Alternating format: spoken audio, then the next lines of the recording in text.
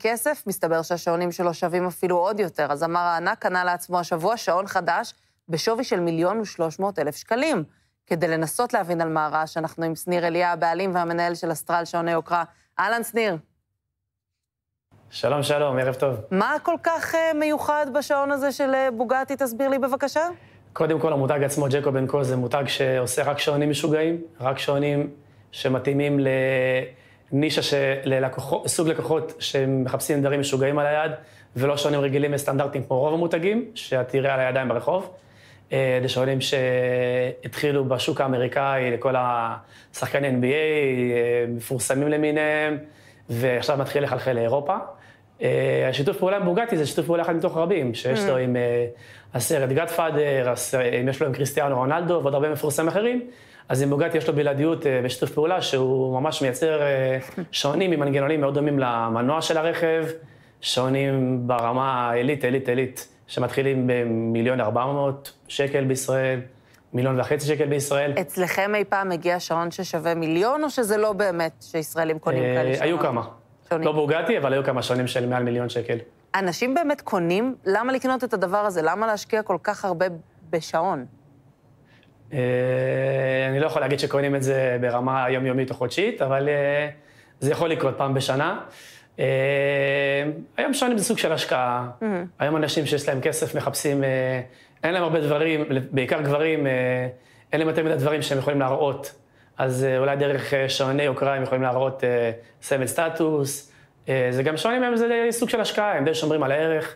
ברוב הכסף ששילמת עליהם, אז אנשים יודעים שזה סוג של השקעה, זה לא מה שהם קונים והכסף הולך לפח, סתם דוגמה.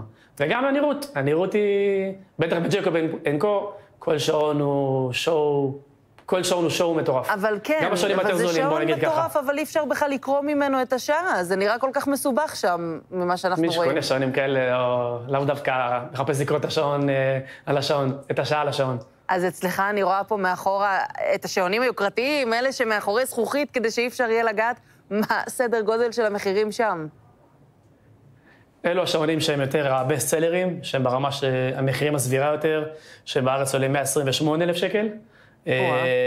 זה שעונים שנמכרים על בסיס יומי, שבועי, חודשי. זה גם ביחס למחיר שלהם, ביחס למתחרים שלהם, שעונים מאוד מיוחדים, מאוד ייחודיים, וברמה הכי גבוהה שיש טכנולוגית. יש לנו פה שעונים יותר אלגנטיים, באזור ה-370,000 שקל, שעוני נשים משובצים. ג'קוב בעיקר מתמחה בשעונים שהם שואו, עם הרבה יהלומים, עבודת יד, טכנולוגיה ברמה הגבוהה ביותר. וזהו, רק התחלנו לפני חודשיים איתם, ואני מאמין שהטוב עוד לפנינו עם המותג. הוא בצמיחה מטורפת בעולם. אמרת שהשעון הכי יקר שיש ברשותכם בחנות בכלל לא נמצא פיזית בחנות עכשיו, נכון? ספציפית באתם בזמן שהוא, כן, הוא נמסר ללקוח להתייעץ עם אשתו, והוא יגיע מחר. אז איך מוודאים שהשעון באמת חוזר אליכם? אתה לא חושש?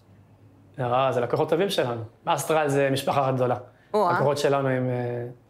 זה לקוחות שקונים אצלנו בהרבה כסף, באים לעתים תכופות. באים לעתים תכופות, אבל זה שעון שהוא לא רכישה של פעם בחיים, אמרת? הוא לא קונה, לעתים תכופות זה לא 1,500,000 שקל, אבל קונים ויש אמון. טוב, אם אתה רגוע, אז אנחנו רגועים. שניר, תודה רבה לך. תודה לך, ערב טוב. זהו, אנחנו מסיימים כאן את החלק שלנו בערב שלכם. אנחנו נהיה כאן שוב מחר באותו המקום ובאותה השעה.